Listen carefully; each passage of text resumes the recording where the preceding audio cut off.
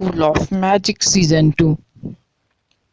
Title, यह किस प्रकार की शील्ड है। फक। आदर्श को तब गुस्सा आ गया जब उसे एहसास हुआ कि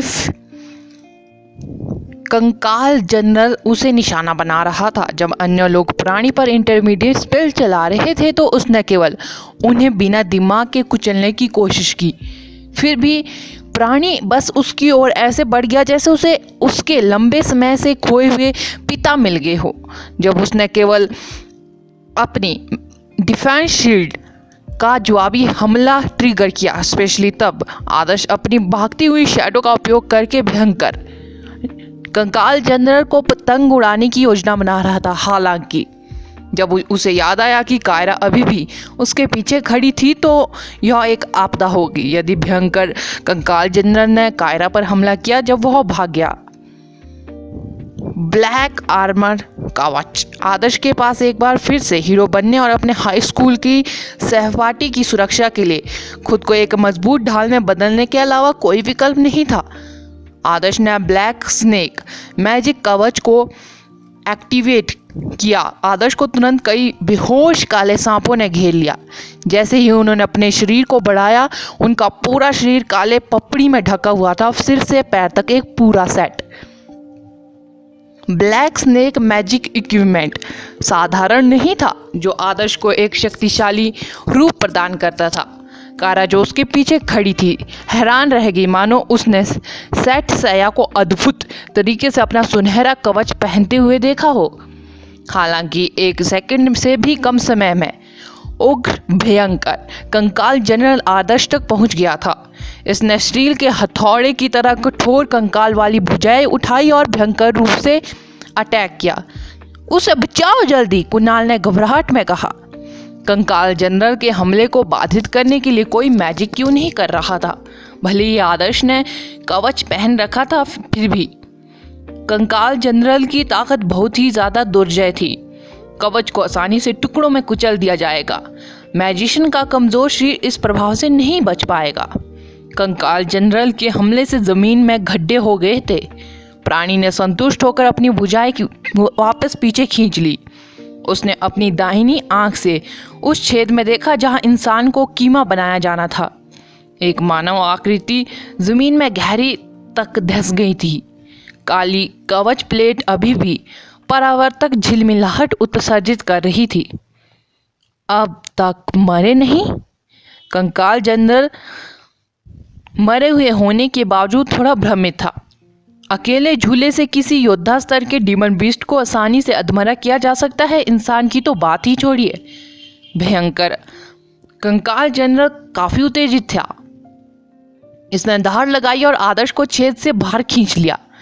प्राणी की हथेली बहुत बड़ी थी, इतनी बड़ी कि वह उसे सीने से पकड़ सके। जैसे कि प्राणी चिंतित था कि जमीन पर्याप्त ठोस नहीं थी, उसने अपना दूसरा हाथ उठाया और आदर्श को पकड़े हुए हाथ पर बेतहाशा घुमाया।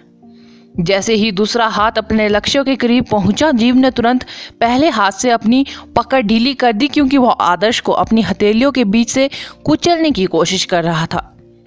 हड्डियां आपस में टकरा गई, हड्डियों का सिरा चटकने लगा, हर जगह हड्डी के टुकड़े गिरने लगे। स्वयं को नुकसान पहुंचाने वाले हमले के बाद कंकाल जनरल ने अंततः अपने हाथ वापस पीछे खींच लिए। हालांकि कंकाल जनरल की लाल आंखों से तुरंत क्रोध भरी चमक निकली। कवच से ढका मानव इंसान उसके हमले से कुचला नहीं गया था, ना ही उसका मांस और खून उसकी हथेलियों में बिखरा था। मजबूत कवच ने जबरदस्त प्रभाव से उसकी हथेलियों में एक बड़ी दरार छोड़ दी। जैसे ही प्राणी ने अधिक बल लगाने की कोशिश की, उसकी हड्डियों में जहां दरारें थी वहां बिखरने लगी। उसकी हड्डियां बिखर रही थी। उसकी हड्डियों के कुछ टुकड़े टूटकर जमीन पर गिर गए। Team leader Kunal, Kaira, Jiang, टोपी पहनी लड़की और सुंदर आदमी को लगभग ऐसा महसूस हुआ जैसे प्राणी की टूटी हुई हड्डियों के साथ उनके जबड़े गिर रहे हो। क्या यह किस प्रकार का बचाव है? कायरा ने फिर से कहा। वह शायद यह भूल गई थी कि उसने कंकाल जनरल की रक्षा का वर्णन करने के लिए उन्हीं शब्दों का इस्तेमाल किया था। इतना अविश्वसनीय कवच! ऐसा महसूस होता है कि कंकाल जनरल इसके बारे में कुछ नहीं कर सकता। कंकाल जनरल आदर्श को मौत के घाट उतारने में विफल रहा, भले ही उसने अपनी हथेलियों को टुकड़ों में तोड़ दिया हो। आदर्श का कवच बिल्कुल अविश्वसनीय था। आदर्श गतिशील रहा और प्राणी की हथेलियों के बीच से बच निकला। जब उसे एहसास हुआ कि हर कोई उसे ऐसे देख रहा है जैसे वह कोई राक्षस हो, तो उसने तुरंत श्राप दिया। कंकाल जनरल की ताकत उसके मजबूत कवच को तोड़ने के लिए पर्याप्त नहीं थी, फिर भी उसे टक्कर का प्रभाव झेलना पड़ा। उसे बहुत चक्कर आ रहे थे क्योंकि उसकी हड्डियां टूटने की कगार पर थी। भयंकर कंकाल जनरल ने एक बड़ी दहाड़ लगाई, मानो वह अपमान से पागल हो गया हो। शुरू में इसका लक्ष्य दीवारों के अंदर से आने वाले ताज़ा जीवित इंसानों की गंध का पीछा करना था, लेकिन अब एकमात्र लक्ष्य इंसान को उसके सामने ही टुकड़े टुकड़े कर देना था। वह लक्ष्य था आदर्श। आप किसका इंतजार कर रहे हैं? कुणाल, इसके पैरों को स्थिर करने के लिए अपने आइस पिल का उपयोग कर। हम उसके पैरों पर हमला करेंगे ताकि वो हम पर आगे हमला ना कर सके, आदर्श चिल्लाया। आदर्श का सुझाव सुनने के बाद कुणाल को एक एहसास हुआ, यह सही है। उसने हड्डी के स्पाइक को जमा दिया और उसे टुकड़ों में तोड़ दिया। फिर भी उसने भयंकर कंकाल जनरल के निचले अंगों की फ्रीज करने की कोशिश क्यों नहीं की? कोई भी बेहद मजबूत चीज जैसे हड्डियां जमने के बाद बेहद नाजुक हो जाएगी। आदर्श के सुझाव ने तुरंत टीम को जगा दिया। हंटर लीडर, जिसके पास आइस एलिमेंट भी था, ने तुरंत कंकाल जनरल के निचले अंगों को फ्रीज करने के लिए मैजिक कर दिया, जबकि प्राणी आदर्श को कुचलने में विफल होने के बाद पराजित महसूस कर रहा था। कंकाल जनरल के निचले अंग काफी पतले थे, भले ही उन्हें शरीर के इतने बड़े वजन को सहना पड़ता था। यह प्राणी का सबसे कमजोर हिस्सा था। आइस के फैलाव का प्रभाव काफी लंबे समय तक रहा। बहुत से लोग उस पिल को नजरअंदाज कर देंगे जो पहली बार डाले जाने पर कोई खतरा पैदा नहीं करते थे। फिर भी जैसे जैसे समय बीतता गया और आइस लॉक के साथ संयुक्त होता गया, प्रभाव तेजी से होने लगा। कुणाल और नेता के बर्फ पिल भी धीरे धीरे प्रभावी हो गए। भयंकर कंकाल जनरल की हड्डियां, जोड़े और पैरों में ठंड घुसती रही। अधिक मारक क्षमता। आदर्श कंकाल जनरल के निचले अंगों को देख रहा था। उसने पाया कि जीव की गति पहले जितनी आसान नहीं थी। ऐसा लगता है कि उठाए गए प्रत्येक कदम के लिए उसे बहुत ज़्यादा प्रयास करने की आवश्यकता है। ठीक है, अब लाइटनिंग। आदर्श ने तुरंत लाइटनिंग स्टार पैटर्न पूरा किया और कंकाल जनरल के ऊपर आकाश की ओर इशारा किया। तूफानी बादल तुरंत दिखाई दिए और आदर्श की आंखों में पर्पल ब्लैक चमक के बाद एक चौंकाने वाली पर्पल लाइटनिंग बड़ी ताकत के साथ गिरी। लाइटनिंग का बोल्ट बिल्कुल सीधा था, फिर भी यह प्राणी के शरीर पर उतरे बिना किसी तरह कंकाल जनरल के पास चला गया। अरे बकवास, तुम्हें यह कैसे याद आ गया? अरे क्या तुम मूर्ख हो? क्या आप सचमुच इसे भूल गए? जियांग ने तुरंत डांटा। बेवकूफ, बकवास बंद करो, आदर्श चिल्लाया। कंकाल जनरल के निचले अंगों से अचानक एक तेज आवाज निकली। कंकाल जनरल के पैरों के जोड़ों के आसपास बहुत सारी दरारें दिखाई देने लगी और उसके अंगों तक फैलती गई।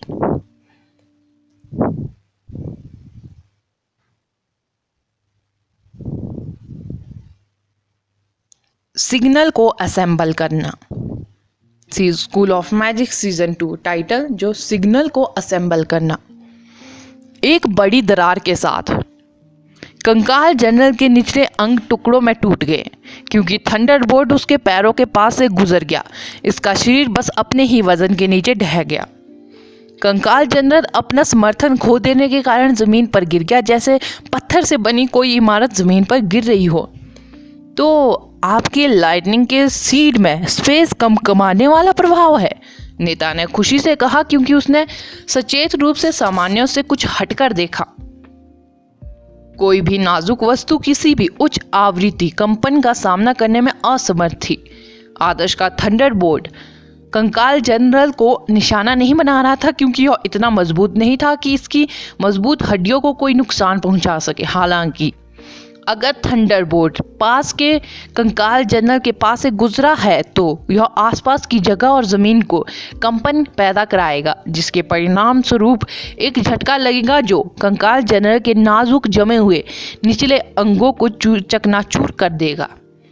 चूंकि कंकाल जनरल के पैर नष्ट हो गए थे, इसलिए उसका शरीर अकेले टीम के लिए कोई खतरा पैदा नहीं कर सकता था। इस बीच ठंड प्राणी के शरीर में गहराई तक प्रवेश कर गई, जिससे स्थिर प्राणी के शेष जोड़ जम गए। क्योंकि ठंड ने प्राणी के शरीर को पूरी तरह से ढक दिया था, एक और भारी झटका अकेले ही प्राणी को टुकड़ों में तोड़ देगा। आदर्श, तुम बहुत अच्छे हो। कायरा की आंखें चमक उठी, जो किसी को पसंद करने वाली एक युवा लड़की का विशिष्ट व्यवहार था। अरे बच्चे, क्या तुम सच में सिर्फ एक स्टूडेंट हो? किसी छात्र को इतनी चतुराई से शक्तिशाली प्राणियों को हराने में सक्षम देखना दुर्लभ है। नेता ने ईमानदारी से उसकी सराहना की। योद्धा स्तर के जीवों को हराकर टीम गौरव के साथ लौटी। दीवारों पर कई मैजिशियन थे, हालांकि उनमें से अधिकांश बेसिक मैजिशियन थे। जब वे ज़ॉम्बी के खिलाफ दीवारों की रक्षा कर रहे थे तो उन्होंने लड़ाई को दीवारों से बहुत दूर नहीं देखा। उन्होंने शुरू में सोचा था कि टीम को पीछे हटने के लिए मजबूर होना पड़ेगा, क्योंकि कंकाल जनरल बेहद मजबूत था। फिर भी उन्हें आश्चर्य हुआ, टीम इतनी जल्दी उसे हराने में कामयाब रही। प्रभावशाली, बहुत प्रभावशाली। कंकाल जनरल लगभग एक बिग स्केलेटन जनरल जितना ही मजबूत है, फिर भी आप इसे हराने में कामयाब रहे। दीवारों के निकट हंटरों ने सराहना की। यह सब इस नए छात्र के लिए है। नेता ने विनम्रतापूर्वक आदर्श के कंधों को थपथपाया। हेमंत और कार्तिक ने भी आदर्श की तारीफ करना कभी नहीं छोड़ा। हेमंत एक विशिष्ट प्रतिशोधी व्यक्ति था, जो तुरंत अजीब स्वर में बोला, किसी और के विपरीत जो लोगों की आलोचना करना पसंद करते हैं। जब वह पूरी तरह से बेकार हो, उसने बस कुछ अप्रभावी स्पिल डाले थे। मैं भी शायद वही कर सकता था। हाँ, यह सही है, कार्तिक ने कहा। मैंने तुमसे कहा था, उच्च स्तर होने का मतलब यह नहीं कि आप डीमन बिस्टों को मारने में अच्छे हैं। जियांग के चेहरे पर दिलचस्प रंग खिले। उसकी प्रबल इच्छा थी कि वह बस दोनों का मुंह फाड़ दे। हालांकि यह सच है कि उन्होंने ज़्यादा योगदान नहीं दिया। उनके पास उनके आरोपों का खंडन करने के लिए कोई शब्द नहीं थे और वह केवल आदर्श की ओर देख सकता था। हेमंत और कार्तिक इतने प्रतिशोधी थे कि वे जियांग से 10 बार अपनी नाराजगी का भुगतान करते रहे और वह गुस्से में चले गए। क्या वह कुछ ज़्यादा था?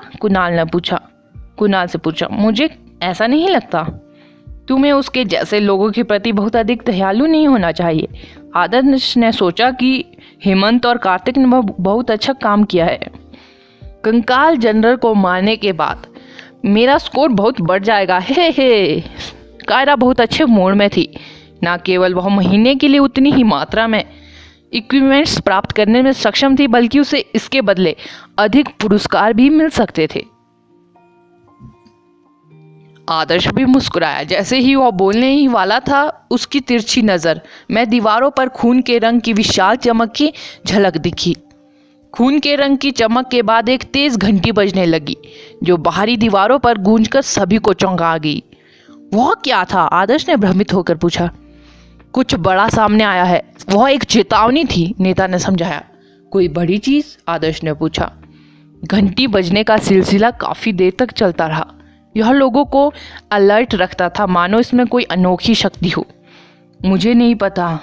यह हमारे लिए एक साथ इकट्ठा होने का संकेत है।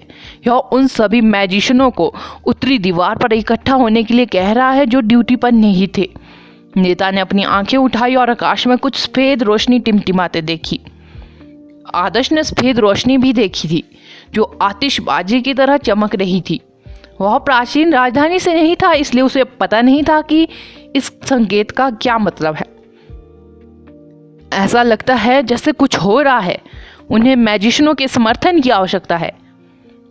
कुणाल ने लंबी दीवारों पर नजर डालते हुए कहा, चलो आगे बढ़े। मैंने आज कुछ नहीं किया। जियांग अपनी क्षमताएं दिखाने के लिए उत्सुक था। लगातार 4 सिग्नल, इसका मतलब है कि यह एक आपातकालीन स्थिति है। जो लड़की घायल है उसे यहीं रहना चाहिए। बाकी सभी लोग एक ही बार में आगे बढ़ेंगे। उन्हें समय पर लोगों को लाने में परेशानी हो रही होगी। इसलिए उन्हें दूसरों को संकेत देने के लिए ब्रिलियंट लाइट का उपयोग करने के लिए मजबूर होना पड़ा। इस उम्मीद में कि पास के इंटरमीडिएट मैजिशियन मदद कर सकते हैं, नेता ने सख्ती से कहा। आदर्श, क्या हमें जाकर देखना चाहिए? कायरा ने पूछा। सिग्नल SOS सिग्नल के समान था। आमतौर पर यह निर्णय करना मैजिशियनों पर निर्भर करता था कि क्या वे मदद करने को तैयार है, लेकिन जब सिग्नल में लगातार 4 फ्लेयर्स शामिल हैं तो संस्थानों, जादू संघों, हंटर यूनियन और प्रसिद्ध परिवारों के मैजिशियन मदद करने के लिए बाध्य थे। जिन लोगों ने जानबूझकर मदद ना करने का फैसला किया और चले गए, उन्हें उनके संबंधित गुटों से निष्कासित कर दिया जाएगा। यह एक नियम था। लोग सामान्य परिस्थितियों में असेंबली सिग्नल का उपयोग नहीं करेंगे। जरूर कुछ बड़ा हुआ होगा, कुणाल ने कहा। चलो चलते हैं। उत्तरी दीवारों पर टावर तक। उत्तर में दीवारों का मुख्य मीनार उत्तरी दीवारों के प्रवेश द्वार पर स्थित था। टावर कोने वाले टावरों से बहुत बड़ा था। ऐसा महसूस हुआ जैसे कोई शानदार शिवालय दीवारों के ऊपर मजबूती से खड़ा हो। यहीं से असेंबली सिग्नल फायर किया गया था। जब आदर्श और अन्य लोग पहुंचे तो जगह पहले से ही मैजिशियनों से भरी हुई थी। उनमें से अधिकांश बेसिक मैजिशियन थे और उनके सीने पर लगे बैच के आधार पर इसे पहचान होती थी। इस समय केवल कुछ इंटरमीडिएट मैजिशियन ही उपलब्ध थे, क्योंकि उनमें से अधिकांश इस ड्यूटी पर थे। कायरा, कुणाल और अन्य जैसे छात्रों को एक विशेष प्रकार का माना जाता था। इंटरमीडिएट लेवल और उससे ऊपर के सभी मैजिशियनों को दीवारों के टॉप पर इकट्ठा होना चाहिए। दूसरा, यहीं स्टैंड बॉय पर रहेगा। एक तेज आवाज मैजिशियनों के कानों में गूंज उठी। कुछ इंटरमीडिएट मैजिशियन तुरंत एक हॉल में चले गए जो दोनों तरफ खुला था, जहां वे दूर विशाल भूमि पर अंधेरा देख सकते थे। क्या ये सब हमारे पास है? गहरी आवाज में किसी ने पूछा।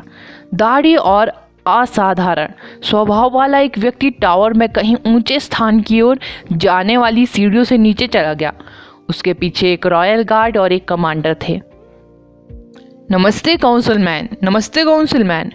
कुछ इंटरमीडिएट मैजिशियन जो उस क्षेत्र में काफ़ी सक्रिय थे ने तुरंत उनका सम्मानपूर्वक स्वागत किया। आदर्श ने आगे की ओर देखा। उसने उस व्यक्ति के चेहरे पर आई दाढ़ी से ही उसे तुरंत पहचान लिया। उसकी आंखें चौड़ी हो गई। काउंसिलमैन झूमेंग भी मैजिशियनों के समूह को देख रहे थे और उनकी आंखें भी चौड़ी हो गई, क्योंकि वो आदर्श के साथ नज़रों का आदान प्रदान कर रहे थे। यह फिर से तुम हो, बुरी किस्मत वाला बच्चा। काउंसिलमैन झूमेंग एक सेकंड के लिए स्तब्ध रह गए। मुझे ऐसा महसूस हुआ कि आपसे अचानक मिलना दुर्भाग्य है, आदर्श ने उत्तर दिया। कितना साहसी। जब कमांडर ने युवा मैजिशियन को अपमानित हो करते देखा तो उसने आदर्श की ओर घूर कर देखा। झूमेंग ने अपना हाथ लहराया। उसे हांगजो में साहसी बच्चे द्वारा डांटे जाने की आदत हो गई थी। उसने कभी नहीं सोचा था कि बच्चा उसका सम्मान करेगा। यह युवा पीढ़ी से था झूमेंग। शायद पिछली स्टोरी में इसका कुछ और नाम था। उन्होंने इस विषय पर बात जारी नहीं रखी क्योंकि ऐसा लग रहा था कि उन्हें कुछ जरूरी बात कहनी है। हालांकि नेता, कायरा, कुणाल और यहाँ तक कि जियांग भी आदर्श को हैरानी से देख रहे थे। वे समझ नहीं पा रहे थे कि आदर्श, जो कि केवल एक इंटरमीडिएट मैजिशियन था, काउंसिलमैन झूमेंग जैसे किसी व्यक्ति को कैसे जानता था, क्यों जानता था। अगला एपिसोड जानने के लिए बने रहे मेरे इस चैनल के साथ। Thank you.